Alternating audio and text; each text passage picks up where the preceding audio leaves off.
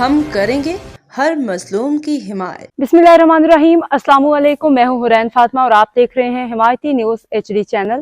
نظر ڈالتے ہیں آج کی اہم خبروں پر۔ نائب وزیر اعظم اسحاق ڈار نے واضح الفاظ میں کہا ہے کہ بھارت کی جانب سے ہمارا پانی روکا گیا یا رخ موڑا گیا تو اسے اعلان جنگ تصور کیا جائے گا۔ نیو یارک میں اقوام متحدہ کی سلامتی کونسل کے اجلاس سے خطاب کے بعد پریس کانفرنس کرتے ہوئے اسحاق ڈار نے واشگاف اعلان کیا کہ اس انفاذ معاہدے کو کوئی بھی یک طرفہ طور پہ ختم نہیں کر سکتا۔ تینوں دریاؤں پہ ہمارا حق ہے۔ بھارت کی جانب سے متضاد بیانات کے پیش نظر پاکستان الرٹ ہے۔ وزیر خارجہ کا کہنا تھا کہ بھارت سے مذاکرات ہوں گے تو جامع ہوں گے۔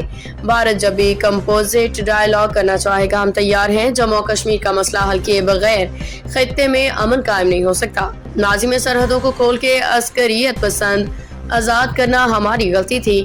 جب آپ ہتھیار اٹھاتے ہیں تو قانون اپنا راستہ اپناتا ہے۔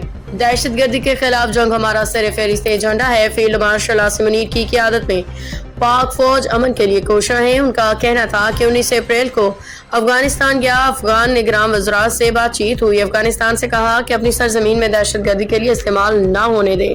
اب تک کے لیے اتنا ہی۔ مزید خبروں اور اپڈیٹس کے لیے دیکھتے رہیں حمایتی نیوز HD چینل۔